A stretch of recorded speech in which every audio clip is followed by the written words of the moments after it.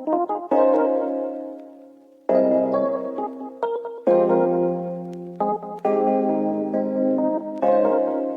warahmatullahi wabarakatuh. Halo semuanya, perkenalkan nama saya Sukma Utami. Di sini saya akan membahas sedikit mengenai salah satu tokoh psikoanalisis, yaitu Erik Erikson. Nah, Erik Erikson merupakan tokoh psikoanalisis yang lahir di Frankfurt di Jerman pada tanggal 15 Juni tahun 1902. Erikson merupakan anak dari hasil pernikahan Carla Abrahamsen yang merupakan anggota keluarga Yahudi di Copenhagen. Nah, pada tahun 1898, ibunya Erikson atau Carla menikah, yang pada saat itu berusia 21 tahun, menikah dengan seorang Felder Isidor Salmonsen yang saat itu berusia 27 tahun. Namun sayangnya Felder meninggalkan Erikson dan ibunya ketika Erikson berusia 3 tahun. Lalu ibunya Erikson menikah lagi dengan seorang dokter yang bernama Theodor Hamburger, lalu pindah ke Karlsruhe di Jerman Selatan.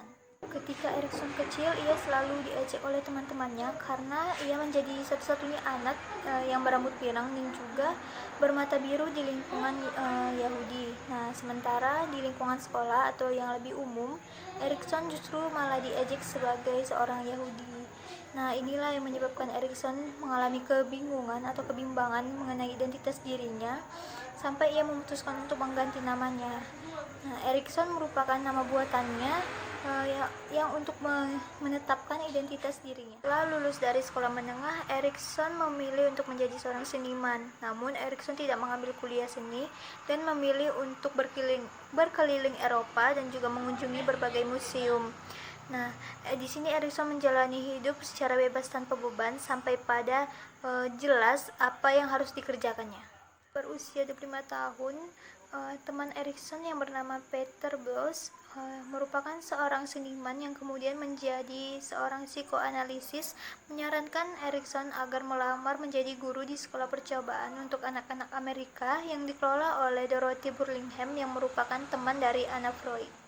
Yang melihat kepedulian Erikson terhadap anak-anak, menyarankan Erikson untuk mempelajari psikoanalisis di Institut Psikoanalisis Wina.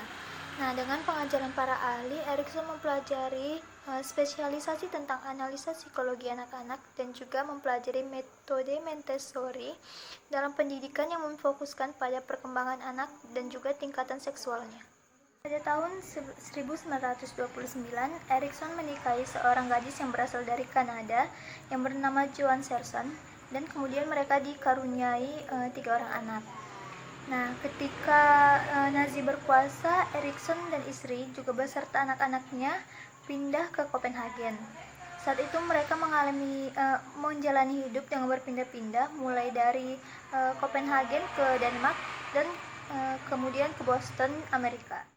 Ketika di Boston, Erikson diterima mengajar di Harvard Medical School dan juga membuka praktik psikoanalisis anak-anak di rumahnya. Nah, di masa inilah Erikson bertemu dengan beberapa psikolog seperti Henry Murray dan juga Kurt Lewin. Serta Erikson juga bertemu dengan seorang antropolog terkenal seperti Gregory Bateson, dan kedekatan mereka inilah yang mempengaruhi Erikson dalam mengembangkan teorinya. Erikson kemudian mengajar di Universitas Raleigh atau University of California di Berkeley.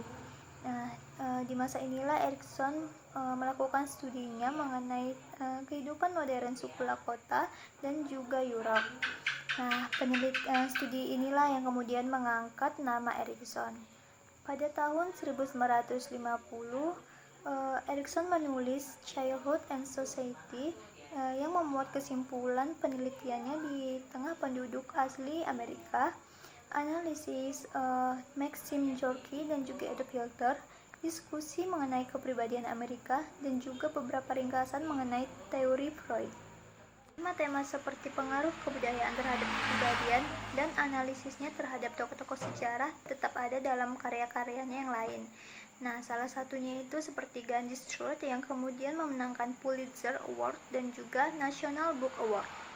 Tahun yang sama, sewaktu merebaknya teror Senator Joseph McCarthy, Erikson meninggalkan Berkeley dan dikarenakan profesor-profesor di sana menyuruh Erikson untuk menandatangani dukungan terhadap Senator McCarthy. Nah, kemudian Erikson menghabiskan waktunya bekerja dan mengajar di sebuah klinik di Massachusetts selama 10 tahun, dan 10 tahun kemudian ia kembali ke Harvard. Meskipun Erikson telah pensiun pada tahun 1970, Erikson tetap menulis dan juga melakukan penelitian bersama istrinya.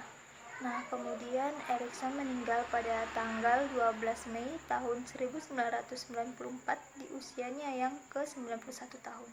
Nah, di sini dapat dikatakan bahwa Erikson merupakan seorang ahli psikologi perkembangan Amerika dan juga psikologikal Amerika yang terkenal dengan teorinya mengenai perkembangan psikososial manusia. Erikson juga membagi tahap perkembangan menjadi 8 tahap yang mencakup seluruh rentang kehidupan. Nah, dikarenakan adanya kemiripan antara teori Erikson dengan teori Freud, maka dikatakan Erikson sebagai neo-Freudian. Nah, terdapat perbedaan antara teori Erikson dan juga Freud, di mana perbedaan utamanya adalah teori Erikson lebih menekankan pada korelasi psikososial, sedangkan teori Freud lebih kepada faktor biologisnya. Baiklah, sekian dari saya. Apabila ada atas kesalahan kata, saya mohon maaf. Wabillahi taufiq wal hidayah. Wassalamualaikum warahmatullahi wabarakatuh.